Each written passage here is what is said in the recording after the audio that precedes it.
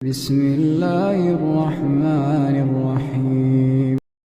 شروع اللہ کا نام لے کر جو بڑا مہربان نہایت رحم والا ہے۔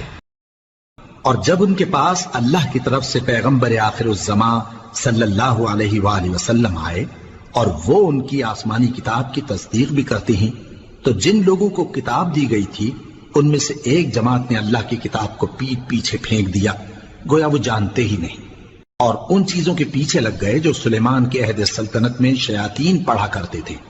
اور سلیمان نے مطلق کفر کی بات نہیں کی، بلکہ شیطان ہی کفر کرتے تھے کہ لوگوں کو جادو سکھاتے تھے۔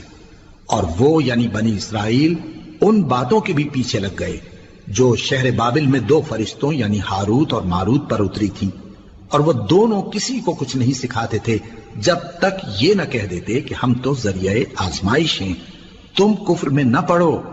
غرض لوگ ان سے وہ چیز سیکھتے جس سے میاں بیوی میں جدائی ڈال دیں، اور اللہ کے حکم کے سوا وہ اس چیز سے کسی کا کچھ بھی نہیں بگاڑ سکتے تھے، اور کچھ ایسے منتر سیکھتے جو ان کو نقصان ہی پہنچاتے اور فائدہ کچھ نہ دیتے۔ اور وہ جانتے تھے کہ جو شخص ایسی چیزوں یعنی سحر اور منتر وغیرہ کا خریدار ہوگا اس کا آخرت میں کچھ حصہ نہیں، اور جس چیز کے عوض انہوں نے اپنی جانوں کو بیچ ڈالا وہ بری تھی۔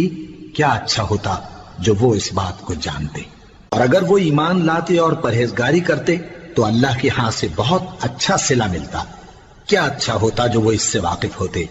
اے اہل ایمان، گفتگو کے وقت پیغمبر صلی اللہ علیہ وآلہ وسلم سے راعنا نہ کہا کرو، انظرنا کہا کرو، اور خوب سن رکھو، اور کافروں کے لیے دکھ دینے والا عذاب ہے۔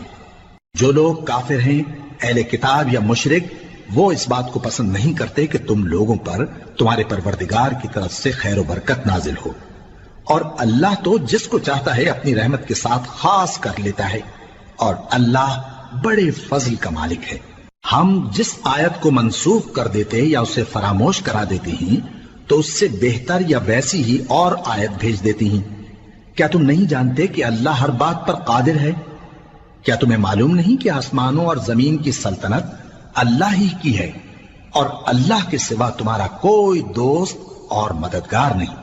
مسلمانوں، کیا تم یہ چاہتے ہو کہ اپنے پیغمبر صلی اللہ علیہ وآلہ وسلم سے اسی طرح کے سوال کرو جس طرح کے سوال پہلے موسیٰ سے کیے گئے تھے؟ اور جس شخص نے ایمان چھوڑ کر اس کے بدلے کفر لیا تو یقیناً وہ سیدھے رستے سے بھٹک گیا۔ بہت سے اہل کتاب اپنے دل کی جلن سے یہ چاہتے ہیں کہ ایمان لا چکنے کے بعد تم کو پھر کافر بنا دیں، حالانکہ ان پر حق ظاہر ہو چکا ہے۔ تو تم معاف کر دو اور درگزر کرو یہاں تک کہ اللہ اپنا دوسرا حکم بھیجے۔ بے شک اللہ ہر بات پر قادر ہے۔ اور نماز ادا کرتے رہو اور زکوٰۃ دیتے رہو، اور جو بھلائی اپنے لیے آگے بھیج رکھو گے اس کو اللہ کے ہاں پالو گے۔ کچھ شک نہیں کہ اللہ تمہارے سب کاموں کو دیکھ رہا ہے۔